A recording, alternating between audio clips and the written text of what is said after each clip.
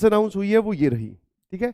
Session 2 आपका अप्रैल में है और सेशन 1 आपका एंड ऑफ जनवरी में है, लास्ट वीक आप बोल दीजिए, ठीक है। Now sir the situation is, अब हमें क्या करना चाहिए, ठीक है। Now this is more challenging for institutions, मतलब इंस्टीट्यूट के लिए ज्यादा चैलेंजिंग है, ऑल्दो आप लोगों के लिए भी उतना ही चैलेंजिंग है। तो आपको सिर्फ क्या करना है, अपने लेक्चर्स को फॉलो करना है, ठीक है। और जब मैं बात करता हूं कि सर कितना टाइम बचा है, तो टाइम लेफ्ट फ्रॉम टिल, आज से लेकर सेशन 1 तक 38 डेज है। इसको आप रिड्यूस कर दो, 8 दिन हम मान लेते हैं कि सर हमारे खराब हो जाएंगे, या फिर 8 दिन का हम लोग बोलते बफर लेके चलेंगे, जिसमें हम रिवीजन, फाइनली टेस्ट देंगे, हमारा जहां सेंटर आएगा वहां मूव करेंगे, रिवीजन करेंगे, फाइनल वाली रिवीजन करेंगे। तो उसके लिए हम 30 डेज बोलते हैं, मतलब 1 मंथ। और सेशन 1 और सेशन 2 के बीच में आपके पास 2 महीने रहने वाले हैं। ये वाला बड़ा ही रिलैक्सिंग है, समझ में आया सर। ऐसी डर की स्थिति में वो वाली चीज पे ज्यादा ध्यान देना चाहिए जो हमारे लिए रिलैक्सिंग हो, समझ में आया। जब भी आपके पास कोई डर की स्थिति आए, जैसे कि अब ये वाला है हॉचपॉच सिचुएशन जो है, इसमें आपको ध्यान देना चाहिए उस बात पर जो बड़ी रिलैक्सिंग स्टेटमेंट है। देखो ध्यान से, सेशन 1 और सेशन 2 में कम से मतलब 2 महीने का गैप, आप देख लीजिए, ये जन एंड में खत्म होगा और ये अप्रैल में स्टार्ट कर लेते हैं। 2 महीने 5 दिन में आपको बता रहा हूं, क्लियर है, समझ में आया कि नहीं समझ में आया। तो दिस इज इंपॉर्टेंट, समझे कि नहीं समझे, ठीक है, हाँ ना।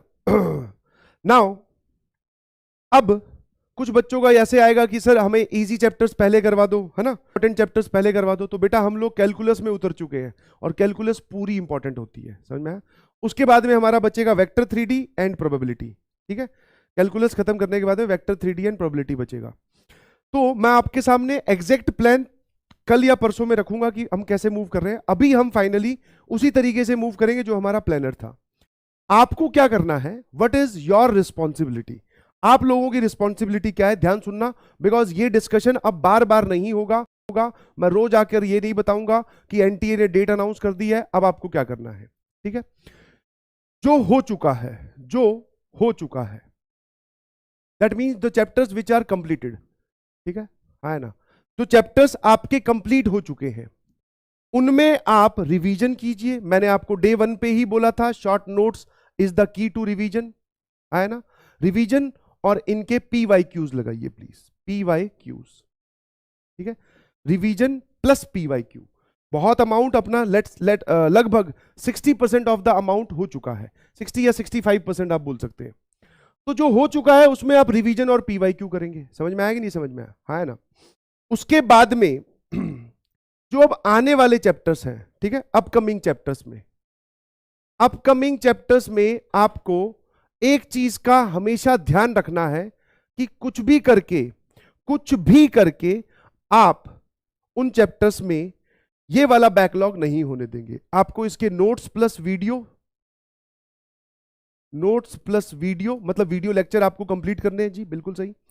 और क्वेश्चंस प्रैक्टिस के नाम पे अगर मैं बात करूं तो that is PYQs plus classroom examples, CR classroom examples, बस, ठीक है, हाँ या ना, बस, समझ में आया। तो ये है हमारा गेम प्लान फॉर नाउ, अभी के लिए।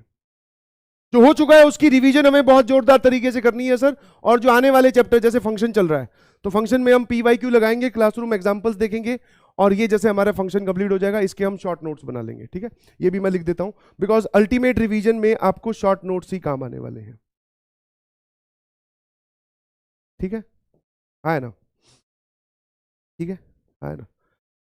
अब अगर वापस से मैं इस स्लाइड पे आऊं, ध्यान से देखना सर, ये जो हमारे पास 2 महीने होंगे, हम एक चीज मैं आपको इंश्योर कर देता हूं, हम अभी भी उसी स्ट्रेटेजी पे मूव कर रहे हैं कि हम सेशन 1 से पहले हमारा सारा सिलेबस कंप्लीट कर देंगे। हम सेशन 1 से पहले सारा सिलेबस कंप्लीट कर देंगे, बिल्कुल सही।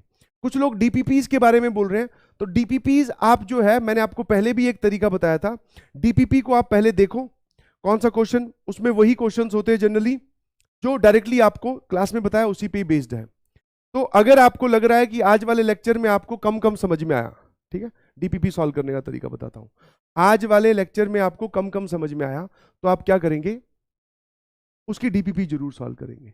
आपको लगा आज वाला लेक्चर एकदम दुरुस्त था तो फिर आप DPP देखो, क्वेश्चन जो आपको लग रहे हैं कि ये तो आसान सवाल है, ये तो डायरेक्टली ऐसे हो जाएगा, उसको सॉल्व मत करो, जो थोड़ा मुश्किल लग रहा है उसका वीडियो सॉल्यूशन देखिए प्लीज। इस तरीके से आप मूव कर सकते हैं।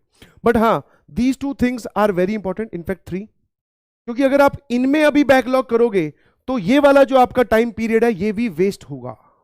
हाँ, क्योंकि सर इन 2 महीनों में सिर्फ और सिर्फ हमें प्रैक्टिस करनी है, वो वाला चैप्टर उठाना है जिसके हमने नोट्स और वीडियो लेक्चर देख लिए, बट किसी कारणवश हमारा अभी भी वो कमजोर है, तो इन 2 महीनों में हम वो वाली चीज करेंगे। समझ में आया? इसमें रिवीजन और ओपी लेवल की प्रैक्टिस हम करेंगे, बिकॉज ये 2 महीने सिर्फ जेई मेंस के नहीं है जी, इसमें जेई एडवांस का भी टाइम इंक्लूडेड है। आपको ये बात समझनी पड़ेगी। क्लियर है? हाँ, ठीक है, क्लियर है ये वाली बात? हाँ, कुछ लोग मॉड्यूल लिख रहे हैं, तो बेटा मॉड्यूल में सिर्फ पीवाईक्यू, वहां पर जो पीवाईक्यू की एक्सरसाइज है। जो लोग ये लिख रहे हैं कि पुराने बैकलॉग का क्या करें, तो बेटा फंक्शंस नया चैप्टर स्टार्ट हुआ है, ठीक है, हाँ फंक्शन से स्टार्ट कीजिए आप। पुराना बैकलॉग अभी तो जो हमारे पास अपकमिंग चैप्टर्स हैं उन्हीं को ही कंप्लीट करने का टाइम बहुत लिमिटेड है। समझ में आया? तो पुराने चैप्टर्स में आप अभी नहीं उलझ के रह सकते हैं। मेरी बात ध्यान सुनिएगा प्लीज। एकदम क्लियर है क्या? हाँ, अब हर एक इंसान की समस्या अलग अलग है भैया, ठीक है, हाँ है ना। ये एक जनरल सॉल्यूशन मैंने आपको दिया है कि this is you need to do, ये आपको 100% कर लेना है। Revision PYQ, revision PYQ, revision PYQ.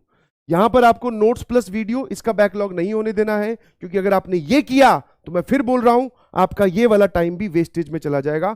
अभी हमारे लिए sir this is golden period. ये क्या है? Golden period.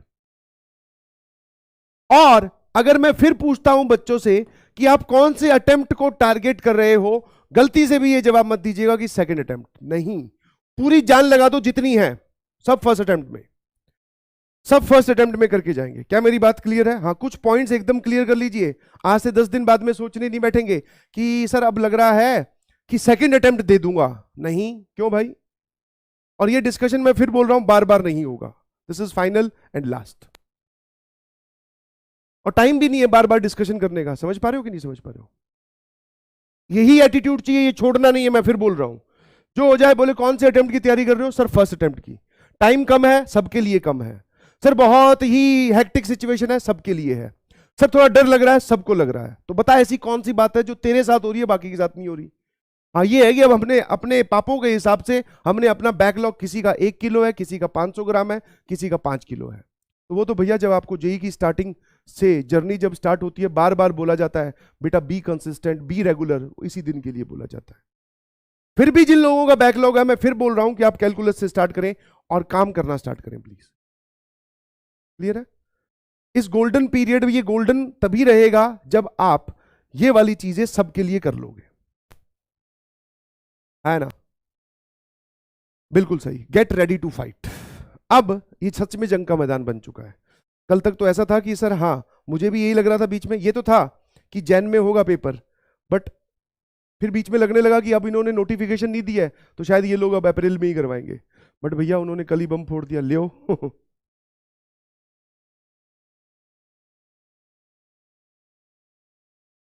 फिर बोल रहा हूं एक और चीज, आप लोग ड्रॉपर हैं, अभी ज्यादा हालत खराब जो है वो 12th वालों की है भैया, क्योंकि उनको इस गोल्डन पीरियड में तुम्हारे पास क्या काम होगा बाद में? प्रैक्टिस, जो टॉपिक वीक रह गया उसको इंप्रोवाइज करना और एडवांस की तैयारी करना। मतलब सिर्फ practice sir, high level question solve करने और अच्छे अच्छे सवाल सॉल्व करने। Basic theory is completed, basic questions are completed. 12th वालों को तो इस पीरियड में बोर्ड्स भी देने हैं, बोर्ड्स भी देने हैं, उसमें नंबर भी लाने हैं। समझ पा रहे हो कि नहीं समझ पा रहे हो? हाँ है ना? One thing that you should also assure, वो ये है कि पर डे, हाँ जी बेटा मैं फिर बोल रहा हूं, ये सब बातें लिखने में और सुनने में बड़ी आसान लगती है बट करना बहुत मुश्किल है। पर डे आपको 10+ आवर्स निकालने हैं apart from your lectures. Lectures आपके 4 चल रहे हैं, 2-2 घंटे के, 8 वो हो गए। तो एक काम करते हैं सर, इसको हम 8 आवर्स कर देते हैं। This is 8+ hours. समझ में आएगी नहीं समझ में? अब अपनी जो नोट्स मेकिंग वाली प्रोसेस है उसको थोड़ा तेज कर दीजिए प्लीज। नोट्स मेकिंग वाली जो प्रोसेस है उसको थोड़ा तेज कर लीजिए। कुछ कुछ चीजें आपको खुद ढूंढना पड़ेगा कि शॉर्टकट उसका क्या है। ध्यान सुनना प्लीज। जैसे मान लो मैं इस सवाल को नोट्स में लिखने लगता हूं, तो एक बच्चा है वो सिर्फ, अब इफेक्टिव, इसको बोलते हैं इफेक्टिव तरीका, बिकॉज जैसे ही सिचुएशन चेंजेस हुई, different situations demands different efforts. Sir सिर्फ ये लिखा, ऑप्शन लिखने की कहां जरूरत है भाई?